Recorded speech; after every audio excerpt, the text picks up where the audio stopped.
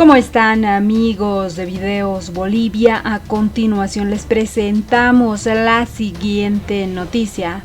La exdirectora de la Autoridad Jurisdiccional Administrativa Minera, Nilsa López, quien entró a ocupar este cargo después del alejamiento de Brenda Lafuente, denuncia los maltratos, amenazas y hechos de corrupción en el sector minero y en la dirección de la AJAM, y cómo Brenda Lafuente pretendía tomar decisiones desde esta dirección a pesar de ya estar alejada del cargo. Escuchemos estas polémicas palabras y luego continuamos.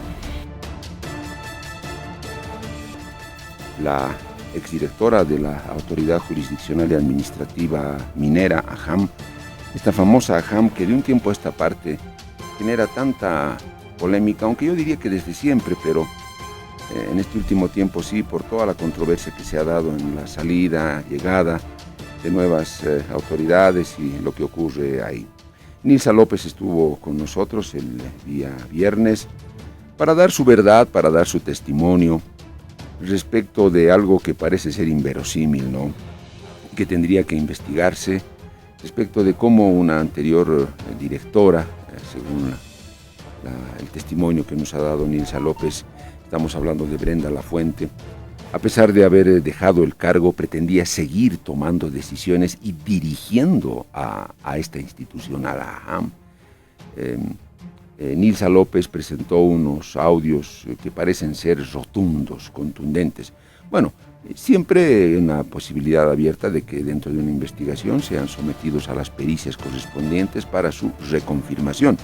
Pero los audios que presentó Nilsa en su denuncia parecen ser muy contundentes.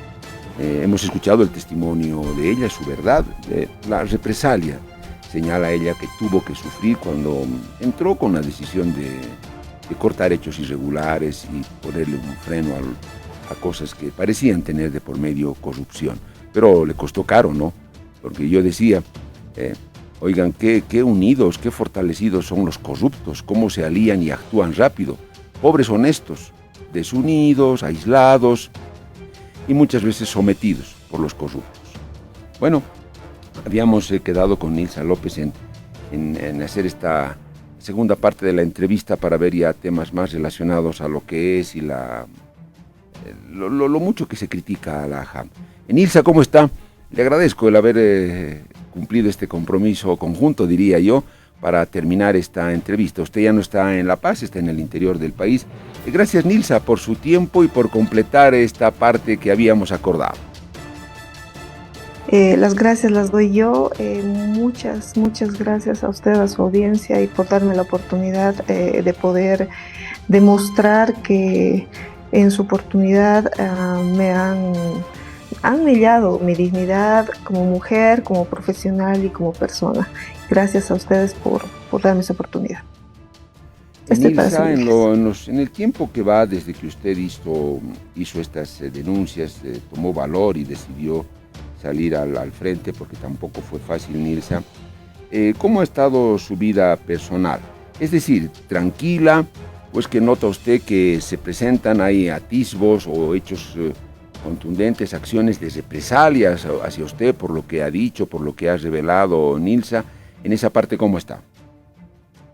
Efectivamente, yo he tenido contacto con algunos colegas, algunos amigos, algunas personas que en algún momento me acompañaron y me han aconsejado estos días que yo tome las necesarias garantías legales, y sí las voy a hacer precisamente hoy, porque efectivamente se han escuchado rumores de movimientos de autoridades, exautoridades, etcétera, en cuanto a las declaraciones que yo habría dado. Entonces, sí, yo me encuentro todavía.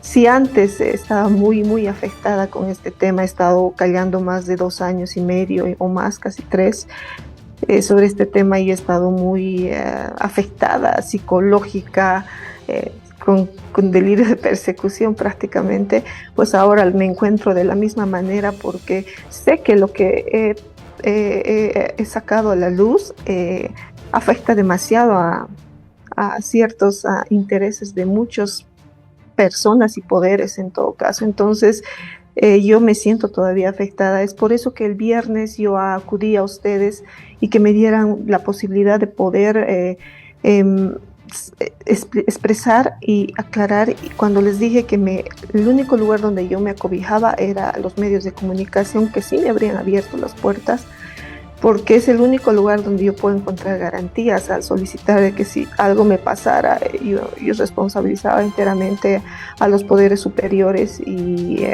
gubernamentales y a esa persona a quien yo denuncié, ¿verdad?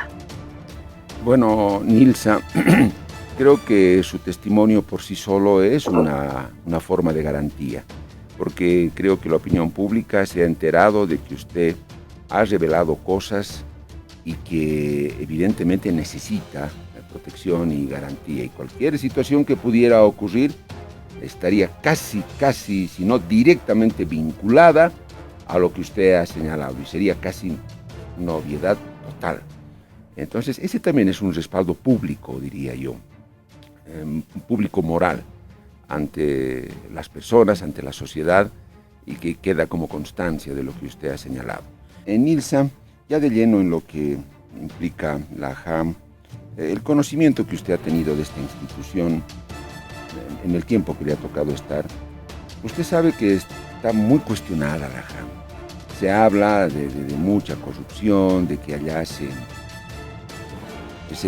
hacen favores para entregar concesiones, para permitir ciertas cosas a ciertos grupos mineros, en fin, de favorecer.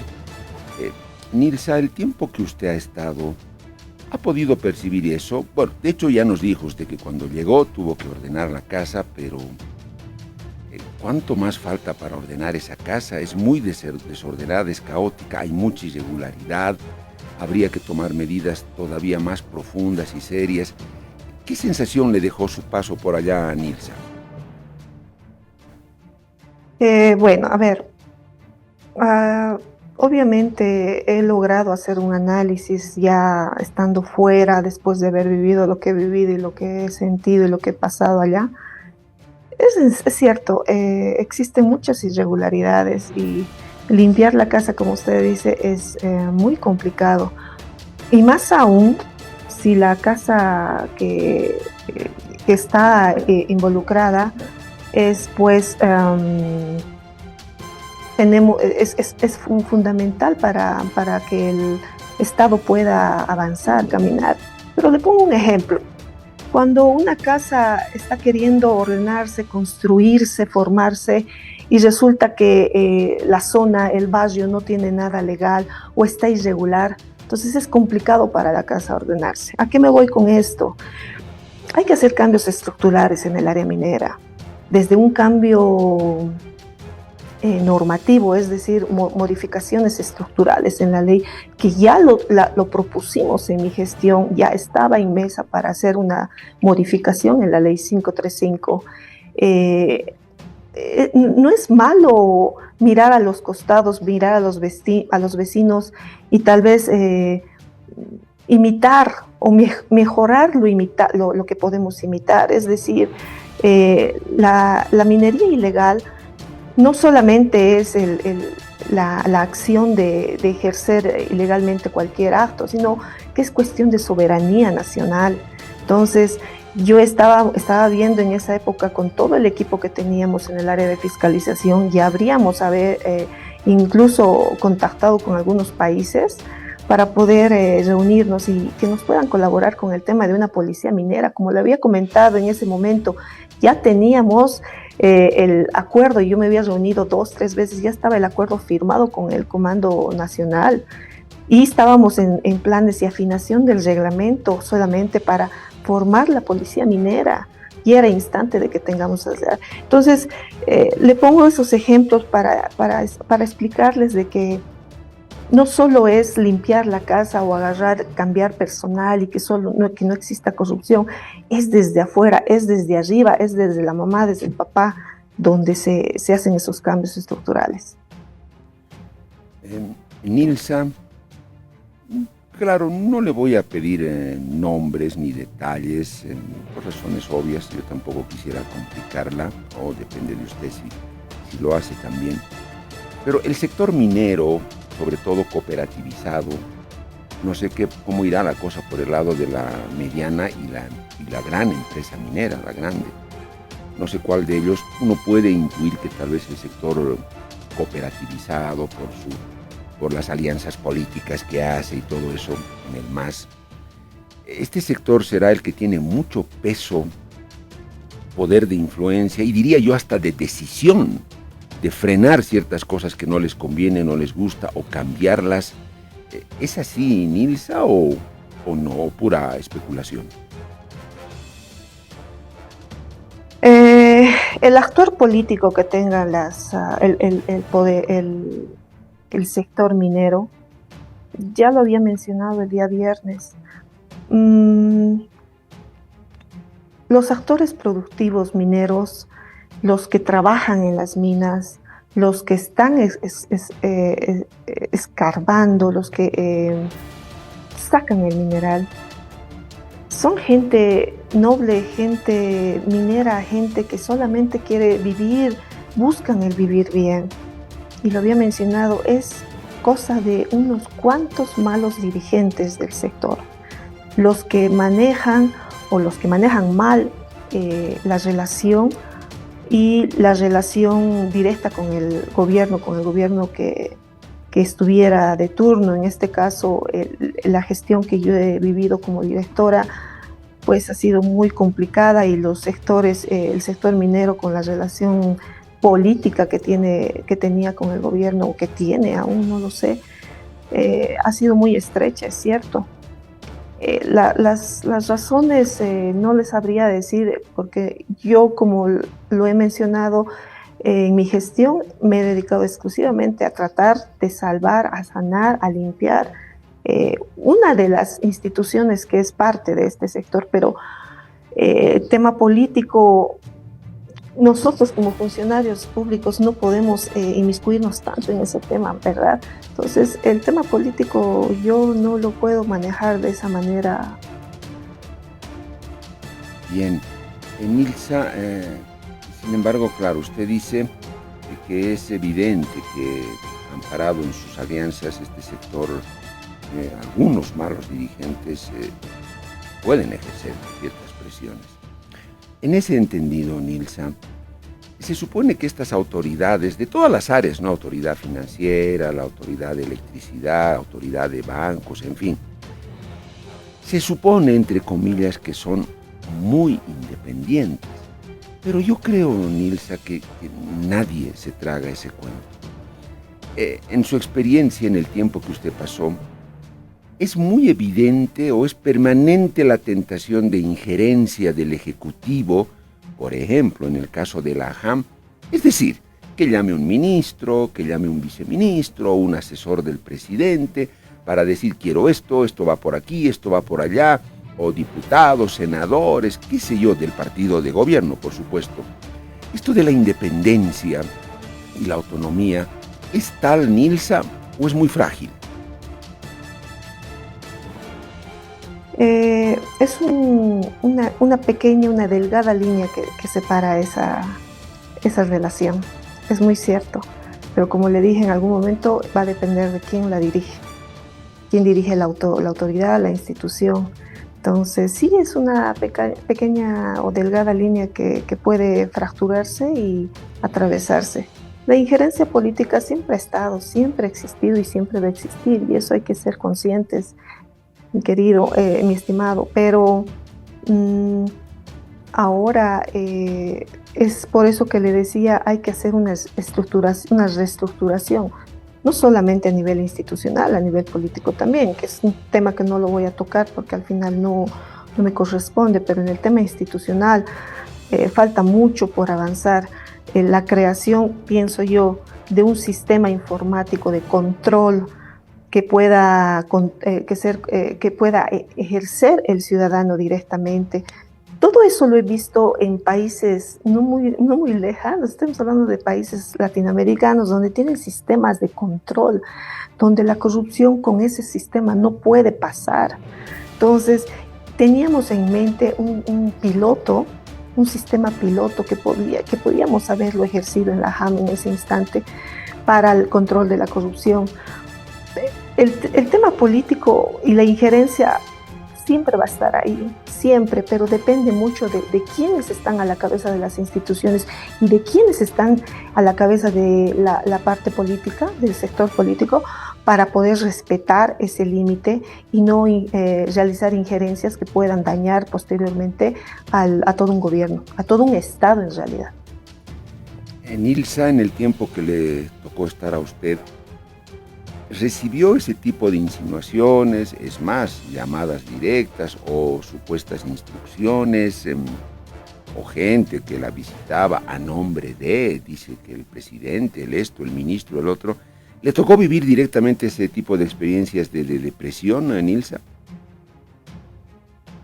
Desde autoridades políticas del legislativo hasta ex autoridades, como ha podido escuchar los audios y por lo que he decidido hacer la denuncia. Efectivamente, sí he recibido una que otra llamada o visita, pero es lo que le dije, es la decisión de la persona a la cabeza, de la quien determina si proceden esos actos o esas insinuaciones. Nilsa, puede ser... Sí, continúe. Puede ser que yo, por el carácter que tengo, no haya cedido a ciertas solicitudes. Puede ser que desde ese momento entonces es que yo he podido tambalear en el cargo, precisamente por eso. Entonces es el negarme a acceder a actos oscuros y de corrupción de la exdirectora, dichos por ella, instrucciones que venían desde el presidente. Ella misma lo ha dicho en sus audios y en esa reunión. Entonces, si yo me he negado a eso, estas son las consecuencias. Es todo eso lo que hay que cambiar, mi estimado. Nils, yo le propuse hacer esta otra para hablar ya de estas cuestiones más inherentes a lo que es la JAM. Ella aceptó y está acá.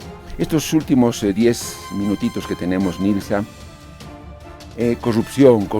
La corrupción, Nilsa, está donde hay plata. Los corruptos huelen, sueñan, deliran con la plata, porque es la única razón de vida que ellos encuentran, la plata. No hay otro. Su mamá debe tener precio, ¿no? Su hermana, todos tienen precio para los corruptos. Todo es transable. Qué desgracia, ¿no? Para un país como el nuestro. Nilsa, si la corrupción está donde hay plata, en la JAM se supone que está en juego mucha plata, aunque no debería ser así, porque es un ente meramente, el nombre lo dice, administrativo. Pero por lo visto está en juego mucho dinero, muchos intereses. ¿Cómo definiría esta parte, Nilsa? Sí,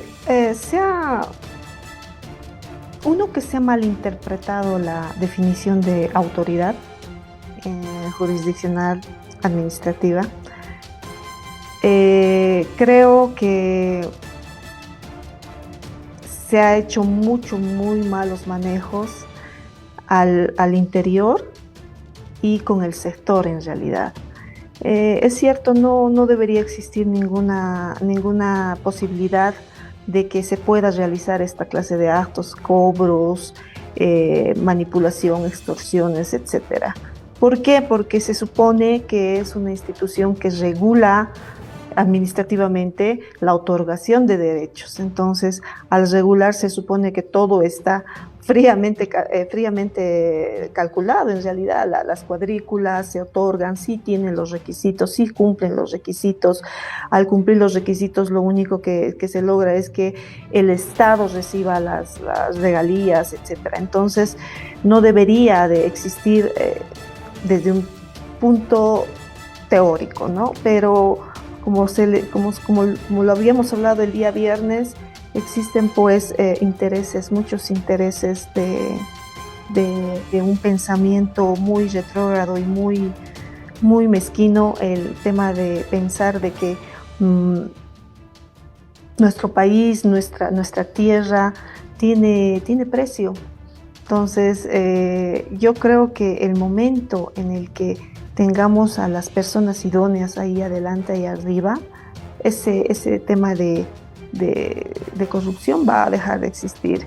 Pero el que yo haya realizado esta denuncia, espero que haya podido por lo menos hacer avanzar un pasito a que esta institución, a la cual yo quiero muchísimo, porque he estado muchísimo tiempo para ellas, trabajando para Bolivia. Entonces espero que con esto pueda por lo menos evitarse y realizarse un control o idearse metodologías o sistemas de control en esta área.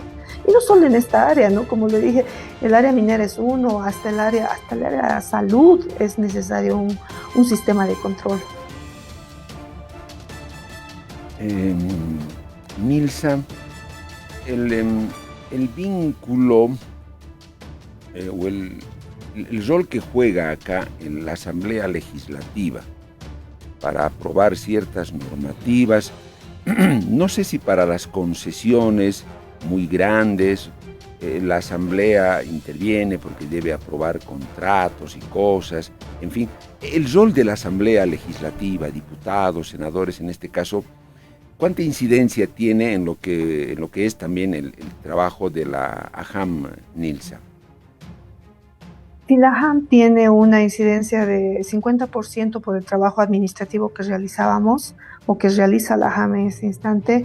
El otro 50% es la Asamblea Legislativa, porque sin su aprobación ningún contrato es aprobado. Entonces no se culmina con lo que la ley nos obliga en el tema de la otorgación de derechos de áreas para la explotación minera. Es decir, que es ahí generalmente donde se ha estancado o se han paralizado, si así se puede decir, los trámites.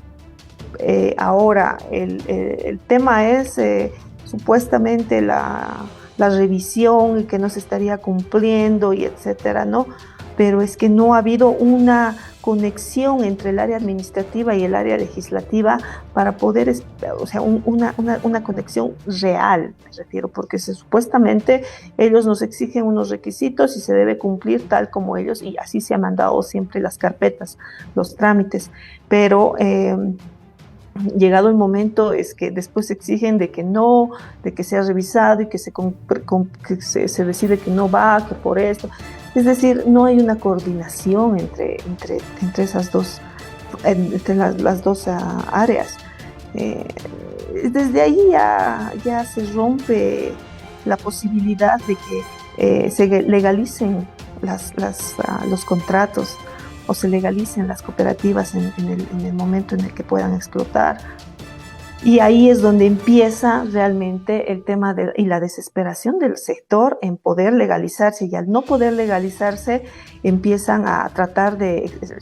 la minería ilegal y empiezan a tratar de legalizarse ilegalmente, es decir, tratando de pagar para poder sacar documentación legal, ¿no?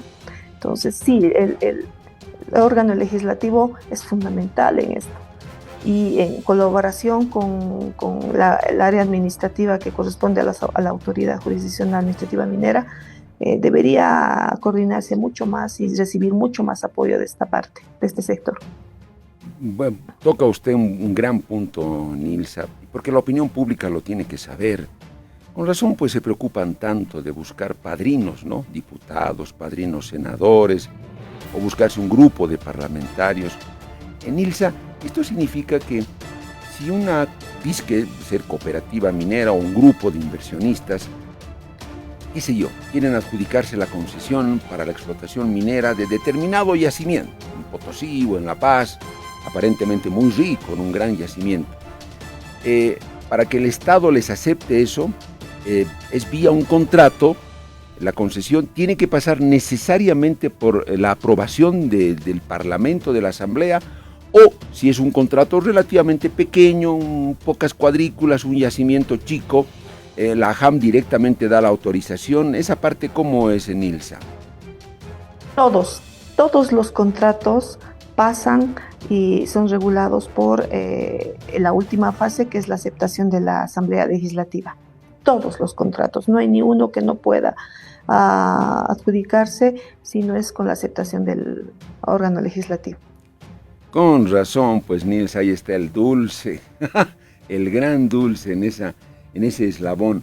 Nilsa, ¿y si la Asamblea les remitiera un contrato que ustedes en autoridad jurisdiccional, porque allá hay profesionales como usted, de experiencia, de talla se supone, los revisan y encuentran cosas desventajosas para el Estado boliviano o para el mismo tema medioambiental o lo que fuera, o desde lo económico incluso, qué sé yo? Nilsa, ¿ustedes podrían observar esto y hacer conocer su observación al Parlamento o no? La normativa dice contrato aprobado en la Asamblea, es ley, les llega a ustedes y solo lo deben aplicar y punto, sin chistar, como se dice.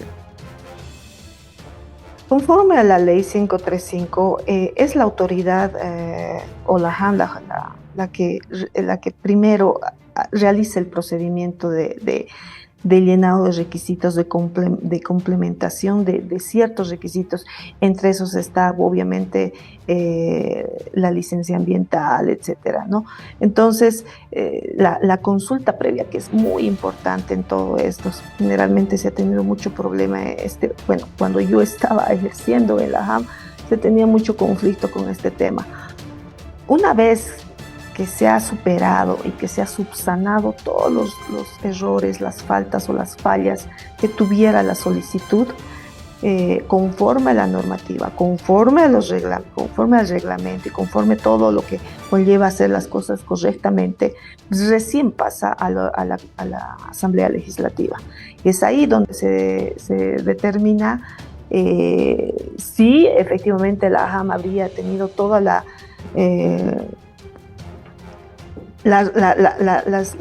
los puntos, o sea, si es que la AJAM habría correctamente evaluado todo el proceso y enviado una solicitud de contrato correcto como corresponde y como dice la norma.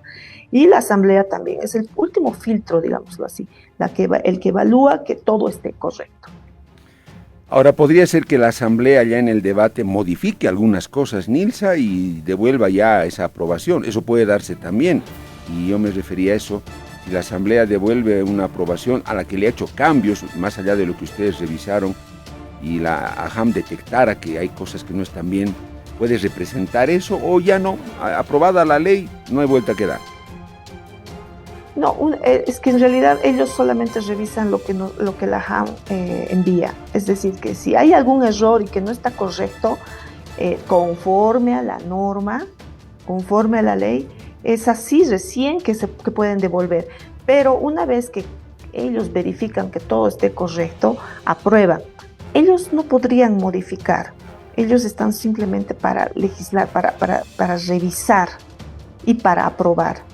Entonces, modificar no podrían. Devolverlo sin aprobar, sí. Y tal vez solicitar que haya modificaciones, tal vez. Y la AJAM está ahí para analizar si conforme a la norma corresponde o no corresponde. Bien, Nilsa, quiero agradecerle por su tiempo. Usted ha sido muy amable, se ha terminado ya nuestro tiempo de entrevista. Ojalá que más adelante, apelando al conocimiento que usted tiene, Nilsa, la podamos tener como fuente de consulta cuando tengamos algunas dudas, que queramos tratar temáticas vinculadas a este aspecto. Para nosotros va a ser un gusto recurrir a usted. Por el momento valoro el tiempo que nos ha dado Nilsa, que esté bien, que tenga todas las garantías del caso, usted, su familia, frente a las denuncias que ha hecho, y en cualquier momento nos contactaremos. Muy amable, muchísimas gracias por todo. Sí. Esas eran las palabras de la exdirectora de la AJAM, Nilsa López, quien estuvo en el cargo después de Brenda Lafuente. La exdirectora de la Autoridad Jurisdiccional Administrativa Minera, Nilsa López, denunció que sufrió maltrato y presiones por parte de su antecesora Brenda Lafuente. Según Nilsa López, durante su gestión, que abarcó desde junio de 2022 hasta octubre de 2022, enfrentó un intento de sobornos y amenazas dirigidas a su familia. Realizó todas estas afirmaciones y además se reveló que presentó pruebas de corrupción a las autoridades del Ministerio de Justicia, pero hasta ahora no se ha iniciado ninguna investigación. Según el relato de Nilsa López, se sugiere que existe un poder paralelo dentro de la JAM. Ella afirma que su predecesora Brenda Lafuente la presionaba para que mantuviera en sus puestos a diferentes funcionarios, quienes fueron cuestionados por la nueva directora. Brenda Lafuente incluso le advertía que todas las decisiones las va a tomar ella. Esto creó un escenario en el que la autoridad formal parece ser irrelevante frente a las influencias informales que operaban dentro de esta institución. La denuncia se complicó aún más cuando la afirmación de Brenda Lafuente, quien según los audios presentados por Nilsa López, asegura tener un respaldo político del propio presidente Luis Arce. Esta presunción de apoyo desde las más altas esferas del gobierno plantea ciertas interrogantes sobre la voluntad política para combatir la corrupción y sugiere la existencia de una posible cultura de impunidad en las instituciones públicas. Uno de los aspectos más críticos de la denuncia es la falta de respuesta por parte del Ministerio de Justicia. La exdirectora Nilsa López sostiene que entregó audios y documentos y otras pruebas a los ministros Iván Lima, Susana Ríos. Sin embargo, en lugar de iniciar alguna investigación, lo único que